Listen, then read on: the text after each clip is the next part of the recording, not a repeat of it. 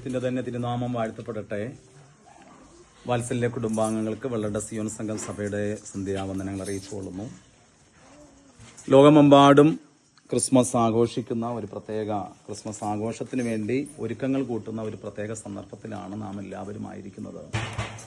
എന്താണ് യഥാർത്ഥ ക്രിസ്മസ് എന്ന ഒരു ചെറിയ ചിന്ത നിങ്ങളോടൊപ്പം പങ്കുവെച്ച് നിങ്ങൾക്ക് വേണ്ടി പ്രാർത്ഥിച്ച് കടന്നു പോകാനാണ് ആഗ്രഹിക്കുന്നത്. അതുകൊണ്ട് ഒരു 5 മിനിറ്റ് സമയം നിങ്ങളുടെ വിലപ്പെട്ട ശ്രദ്ധയെ സ്വാഗതം ചെയ്തു കൊള്ളട്ടെ. നമുക്കറിയാം, ഏഥേനിൽ വെച്ച് മനുഷ്യൻ ദൈവത്തിൽ നിന്ന് അന്യപ്പെട്ടുപോയി. പലരും ഇങ്ങനെ പറയുന്നത് ഞാൻ കേട്ടിട്ടുണ്ട്. ഒരു കൊച്ചു പഴം അമ്മച്ചി തിന്നില്ലായിരുന്നെങ്കിൽ മനുഷ്യർക്ക് ഒരു കുഴപ്പവും ഇല്ലായിരുന്നു എന്നാണ്. ഈ കൊച്ചു പഴത്തിലല്ല കുഴപ്പം സംഭവിച്ചത്. ദൈവം പറഞ്ഞ വാക്കിനെ അവിശ്വസിക്കുകയും പിശാച് സർപ്പത്തിന്റെ രൂപേണ വന്നു പറഞ്ഞ വാക്ക് വിശ്വസിക്കുകയും ചെയ്തു. 2, സംശയിച്ചു, ദൈവത്തെ സംശയിച്ചു. പിശാച് പറഞ്ഞ ദൈവത്തെ പോലെയാകും. അപ്പോൾ ദൈവം നമ്മെ എന്ത് ചെയ്തു? പറ്റിച്ചിരിക്കുകയാണെന്ന് പറഞ്ഞ് പിശാചിന്റെ വാക്കിനെ വിശ്വസിച്ചു, ദൈവത്തെ അവിശ്വസിച്ചു. പിശാചിന്റെ വാക്ക് കേട്ടു, ദൈവകൽപ്പന തിരസ്കരിച്ചു. അങ്ങനെ മനുഷ്യൻ പാപിയായി. ദൈവ പദ്ധതി വിട്ടുപോയതാണ് പാപം. ദൈവകൽപ്പന ലംഘിച്ചതാണ് പാപം. പിശാചിന്റെ വാക്കുകൾക്ക് അധീനപ്പെട്ടു പോയതാണ് പാപം. അങ്ങനെ ദൈവത്തിൽ നിന്ന് അകലുകയും പിശാചിനോട് അടുക്കുകയും, അങ്ങനെ ദൈവം വെച്ചിരുന്ന ഏദേൻ വിട്ട് മനുഷ്യൻ പുറത്തായി. തന്മൂലം മനുഷ്യൻ പാപിയായി, മരണത്തിന് അധീനനായി. അങ്ങനെയാണ് മനുഷ്യകുലത്തിന് മരണം വരുന്നത്. 3, മനുഷ്യൻ ഭയം വ്യാപരിച്ചു. മനുഷ്യന് എല്ലാ വിധത്തിലും ഒരു മനുഷ്യൻ ശാപം കൊണ്ട് പിടിക്കപ്പെട്ടവനായി ദൈവം തന്നെ വിട്ട് മാറി പിശാചിന്റെ അടിമത്തത്തിൽ മനുഷ്യൻ പോകുകയാണ് ഏതേനിൽ വെച്ച് നമുക്ക് കാണാൻ കഴിയുന്നത്. എന്നാൽ ഈ മനുഷ്യൻ ഇതിൽ നിന്ന് റോമർക്കെഴുതിയ ലേഖനം 5-ാം അധ്യായം 12-ാം വാക്യത്തിൽ വ്യക്തമായി എഴുതപ്പെട്ടിരിക്കുന്നു, ഏക മനുഷ്യനാൽ പാപവും പാപത്താൽ മരണവും സകല മനുഷ്യരിലും എന്ത് ചെയ്തു? പരന്നു. എന്നാൽ ആ മനുഷ്യൻ അതിൽ നിന്ന് മോചനം നേടാൻ അന്ന് തൊട്ട് ഇന്ന് വരെ പല പരിപാടി നടത്തുകയാണ്. അനേക പുണ്യ നദികളുണ്ട്, പോയി കുളിച്ചു നോക്കുകയാണ്. അനേക പുണ്യ സ്ഥലങ്ങളുണ്ട്, പോയി വർഷാവർഷം പോകുന്നു. ഈ വർഷാവർഷം പോകുന്നത് തന്നെ ഏറ്റവും വലിയ കുഴപ്പമെന്ന് വെച്ചാൽ, ഒരു വർഷം യഥാർത്ഥത്തിൽ മോശം കിട്ടുമെങ്കിൽ ഒരിക്കൽ പോയാൽ മതി. പലവട്ടം പോകുന്നത് ഒരിക്കൽ മോശം കിട്ടിയില്ല എന്ന് വ്യക്തത ഉള്ളത് കൊണ്ടാണ് പലവട്ടം എന്ത് ചെയ്യുന്നത്? പോകേണ്ടി വരുന്നത്. എന്നാൽ ആ മനുഷ്യനെ രക്ഷിപ്പാനാണ് ഇന്നേക്ക് 2025 വർഷങ്ങൾക്ക് മുമ്പ് ആ ബത്ലഹേമിൽ ആ കന്യക ആയിരുന്ന മറിയമെന്ന ആ മാതാവിന്റെ അടുക്കൽ, കന്യക ആയിരിക്കുന്ന മറിയമെന്ന ആ സഹോദരിയുടെ അടുക്കൽ നമുക്ക് കാണാൻ കഴിയുന്നത് ആ ഗബ്രിയേൽ മാലാഖ വരെയാണ്. വന്നിട്ട് പറയുന്നു, കൃപ ലഭിച്ചവളെ നിനക്ക് വന്ദനം, നിനക്ക് ഒരു മകൻ ജനിക്കും, അവൻ തൻ്റെ ജനത്തെ അവരുടെ പാപങ്ങളിൽ നിന്ന് രക്ഷിപ്പാനിരിക്കൊണ്ട് അവൻ യേശു എന്ന് പേരിടണം. ഇന്ന് വരെ ലോക ചരിത്രത്തിൽ ഒരു മനുഷ്യനും മനുഷ്യരുടെ പാപങ്ങളിൽ നിന്ന് അവനെ രക്ഷിപ്പാൻ ജനിച്ചിട്ടില്ല. അങ്ങനെ ഒരൊറ്റ വ്യക്തിയെ ജനിച്ചിട്ടുള്ളൂ, അത് യേശു കർത്താവ് മാത്രമാണ്. നോക്കൂ, നമുക്കറിയാം, യേശു കർത്താവ് ലോക സ്ഥാപനങ്ങൾക്ക് ഉണ്ടായിരുന്ന ദൈവമായിരുന്നവൻ ദൈവത്തോടുള്ള സമത്വം മുറുകെ പിടിക്കണം എന്ന് വിചാരിക്കാതെ മനുഷ്യ വേഷമെടുത്ത് മനുഷ്യ സാദൃശ്യത്തിലായി മനുഷ്യനായി ജനിച്ചതാണ്. മനുഷ്യനെ രക്ഷിക്കാൻ വീണ്ടും ഏതേൽ വെച്ച് മനുഷ്യൻ നകന്നുപോയി ദൈവം വീണ്ടും കന്യകയിലൂടെ ഈ ഭൂമിയിലേക്ക് അവതരിച്ചതാണ് യേശു. നോക്കൂ, നമുക്ക് കാണാൻ കഴിയുന്നത് യേശു വളരുകയാണ്. യേശുവിന്റെ അടുക്കൽ വന്ന സകലരെയും യേശു സൗഖ്യമാക്കുന്നു, ഭൂതബാധരെ സുഖപ്പെടുത്തുന്നു, മരിച്ചവരെ ഉയർപ്പെഴുന്നേൽപ്പിക്കുന്നു. യേശുവിന്റെ അത്ഭുതമാണ് ഇന്നും അന്നും പലർക്കും വിഷയം. പക്ഷേ അതല്ല, യേശുവിലൂടെയുള്ള പാപക്ഷമയാണ്, അല്ലെങ്കിൽ യേശുവിലൂടെയുള്ള നിത്യജീവനാണ് ഏറ്റവും പരമപ്രധാനമായ വിഷയം. യേശു ഈ ഭൂമിയിൽ വന്നത് കുറെ രോഗസൗഖ്യം വരുത്തുവാനും അതല്ല യേശു ചെയ്തു. പക്ഷേ യേശു വന്നതിന്റെ പരമമായ ഉദ്യമം ഗബ്രിയേൽ മാലാഖ പറഞ്ഞതുപോലെ പാപത്തിൽ നിന്ന് തന്റെ ജനത്തെ രക്ഷിപ്പാനാണ് യേശു വന്നത്. അതിന്റെ ഫലമായിട്ടാണ് 33 തിരുവയസ്സിൽ നമുക്ക് കാണാൻ കഴിയുന്ന യഹൂദന്മാര് യേശുവിനെ കുറ്റം ചുമത്തി റോമൻ കോടതിയിൽ നിർത്തുകയാണ്. യേശുവിനെ 5 കോടതിയിൽ 7 വട്ടം യേശുവിനെ വിസ്തരിച്ചിട്ടും ഈ നീതിമാന്റെ പേരിൽ ഒരു കുറ്റവും കാണുന്നില്ല.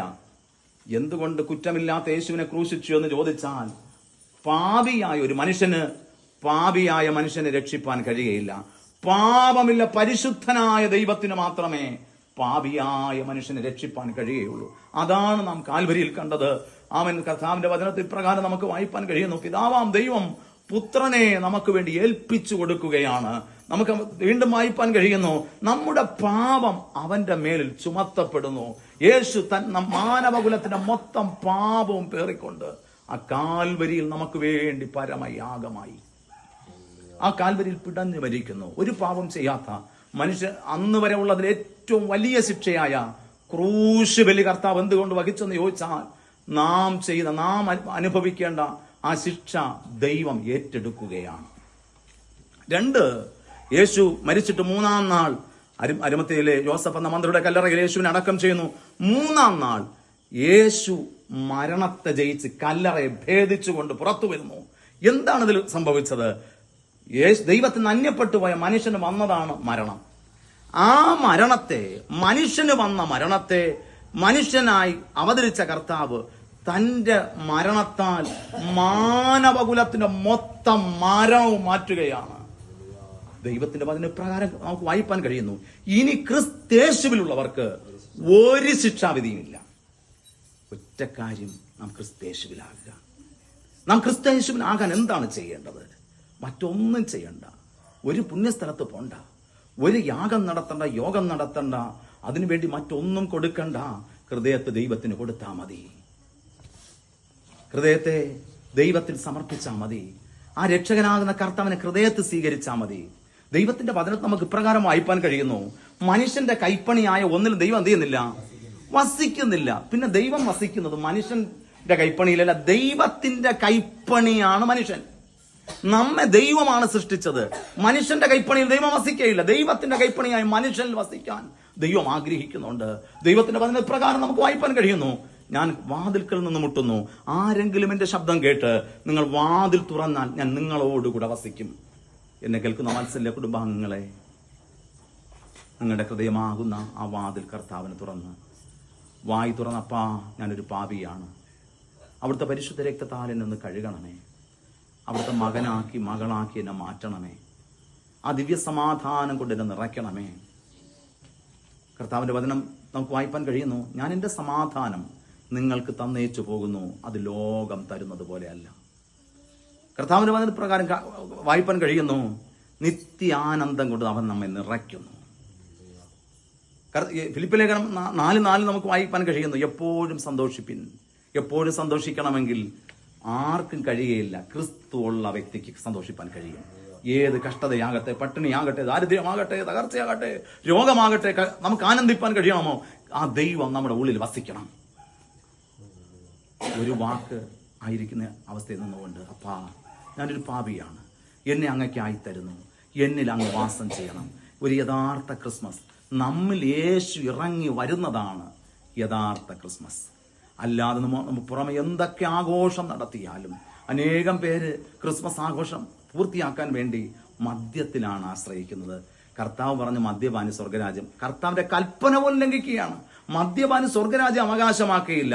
ദൈവം പറഞ്ഞ കൽപ്പന ലംഘിച്ചുകൊണ്ടാണ് ക്രിസ്മസ് ആഘോഷിക്കുന്നത്. അത്രത്തോളം അധപ്പതിച്ചൊരു സമൂഹത്തിന്റെ മധ്യേ യഥാർത്ഥമായി ക്രിസ്തുവിൽ കടന്നു വന്ന് ആ ക്രിസ്തുവിനോടുകൂടെ വസിച്ച് ആ വലിയൊരു ക്രിസ്മസ് ആയി മാറുവാൻ ഈ ക്രിസ്മസ് വാത്സല്യ കുടുംബത്തിന് ഒരു അനുഗ്രഹീത ക്രിസ്മസ് ആയി തീരട്ടെ എന്ന് ഹൃദയപൂർവ്വം പ്രാർത്ഥിച്ചുകൊണ്ട്, ഈ പുതുവർഷം ഏറ്റവും അനുഗ്രഹപ്രദമായി തീരട്ടെ എന്ന് ഹൃദയപൂർവ്വം പ്രാർത്ഥിച്ചുകൊണ്ട് ഞങ്ങളുടെ വാക്കുകളെ ഇവിടെ ഉപസംഹരിക്കുന്നു. തലകളെ വണക്കാം, നമുക്ക് പ്രാർത്ഥിക്കാം. സ്നേഹനിധിയായ ദൈവമേ, സ്വർഗ്ഗ നല്ല പിതാവേ, അനുഗ്രഹീതമായ നല്ല നിമിഷങ്ങൾക്കായി സ്തോത്രം ചെയ്യുന്നു. വാത്സല്യ കുടുംബത്തെ നേരിൽ കാണുവാൻ, പ്രിയപ്പെട്ടവരോടൊപ്പം അല്പസമയം ദൈവവചനം പങ്കുവയ്പ്പാൻ, അവർക്ക് വേണ്ടി പ്രാർത്ഥിപ്പാൻ ഒരു നല്ല അവസരം ഞങ്ങൾക്ക് അവിടുന്ന് ഒരുക്കിയല്ലോ നാഥ, അതിനായി സ്തോത്രം ചെയ്യുന്നു. വാത്സല്യ കുടുംബാംഗങ്ങളെ തൃക്കരത്തിലേക്ക് ഏൽപ്പിച്ച് പ്രാർത്ഥിക്കുന്നു. കർത്താവേ, പ്രിയപ്പെട്ടവർ, ആ ക്രിസ്തുവിന്റെ യഥാർത്ഥ സ്നേഹം ഹൃദയത്തിൽ അംഗീകരിപ്പാൻ ഇതുവരെയും കഴിഞ്ഞിട്ടില്ല എങ്കിൽ നാഥ, അവിടെ ഉള്ളിൽ അങ്ങ് വാസം ചെയ്യണമേ. കർത്താവേ, അവിടെ ഹൃദയത്തെ അങ്ങയ്ക്കായി തുറന്നു തന്ന് അങ്ങയോടുകൂടെ വസിപ്പാൻ വാത്സല്യ കുടുംബാംഗങ്ങളെ ഒരുക്കണമേ. കർത്താവേ, ഞാനെന്റെ സമാധാനം നിങ്ങൾക്ക് തന്നേച്ചു പോകുന്നു. അത് ലോകം തരുന്നത് പോലെയല്ല. ഞാൻ ലോകത്തിന്റെ വെളിച്ചമാകുന്നു. എന്നെ അനുഗമിക്കുന്നവർ ഇരുളിൽ നടക്കാതെ ജീവന്റെ വെളിച്ചമുള്ള വ്യക്തിയായി മാറും. ആ ജീവന്റെ വെളിച്ചമുള്ള വ്യക്തികളായി തീരുവാൻ വാത്സല്യ കുടുംബത്തെ ഒരുക്കണം. കർത്താവേ, ആ ജീവന്റെ വെളിച്ചമല്ലല്ലോ, അത് ജീവന്റെ വെളിച്ചം. അത് നഷ്ടപ്പെട്ടു പോകുന്നതല്ല. മനുഷ്യൻ ഏതിൽ നഷ്ടപ്പെട്ടു പോയ ജീവനെ ക്രിസ്തുവിലൂടെ മടക്കി തന്ന് ജീവന്റെ വെളിച്ചമുള്ള വ്യക്തികളാക്കി വാത്സല്യ കുടുംബത്തെ എല്ലാ പ്രിയപ്പെട്ടവരെയും കർത്താവ് ഒരുക്കണം. കർത്താവ് ഈ ക്രിസ്മസ് അവർ ഇന്ന് വരെ അനുഭവിക്കാത്ത ആ മഹനീയ ക്രിസ്മസ് ആയി മാറട്ടെ. കർത്താവ് ഈ പുതുവർഷം അവരുടെ ജീവിതത്തെ ആനന്ദപൂർവ്വമായി തീരട്ടെ. കർത്താവ് നാഥ, വത്സല കുടുംബത്തിലെ പിതാവിനായി പ്രാർത്ഥിക്കുന്നു, മാതാവിനായി പ്രാർത്ഥിക്കുന്നു. കർത്താവ് അഖിൽ സഹോദരനായി പ്രാർത്ഥിക്കുന്നു, എന്റെ ഭാര്യയ്ക്കായി പ്രാർത്ഥിക്കുന്നു, കുഞ്ഞുങ്ങൾക്കായി പ്രാർത്ഥിക്കുന്നു. കർത്താവിടെ എന്തൊക്കെ ആവശ്യങ്ങളുണ്ടോ അതൊക്കെ കർത്താവ് പറഞ്ഞ് സഹായിക്കണമേ. അവിടെ ചെറുതും വലുതുമാവുന്ന ആവശ്യങ്ങൾ സർവശക്തന്റെ കൃപ പകരണമേ. കർത്താവയുടെ ഉപജീവന വഴികളെ ദൈവം മാനിച്ച് അനുഗ്രഹിക്കണമേ. അധ്വാന മേഖലകൾ കൂടെ ഇരിക്കണമേ. യാത്രകളിൽ കൂടെ ഇരിക്കണമെന്ന് പ്രാർത്ഥിക്കുന്നു. വാത്സല്യ കുടുംബത്തെ യേശുവിന്റെ നാമം ചൊല്ലി ഞങ്ങൾ അനുഗ്രഹിക്കുന്നു. അവർ ദേശത്തിന് മധ്യ ദൈവത്താൽ അനുഗ്രഹിക്കപ്പെട്ടവരായി മലമേലിരിക്കുന്ന പട്ടണം പോലെ തണ്ണിൽ വിളക്ക് പോലെ ശോഭിപ്പാൻ സ്വർഗം കൃപ ചെയ്യണം. നന്മകളാൽ നിറച്ച് മാനവും മഹത്വം അങ്ങെടുക്കും. യേശു മുഖാന്തരം പ്രാർത്ഥന കേൾക്കണം. സ്വർഗ്ഗ നല്ല പിതാവേ, ആമേൻ. വാത്സല്യ കുടുംബത്തെ കർത്താവിന്റെ ദിവ്യ സമാധാനവും നിത്യസമാധാനവും കൊണ്ട് നിറച്ച് പരിപാലിക്കുമാറാകട്ടെ. ആമേൻ. ഓക്കെ.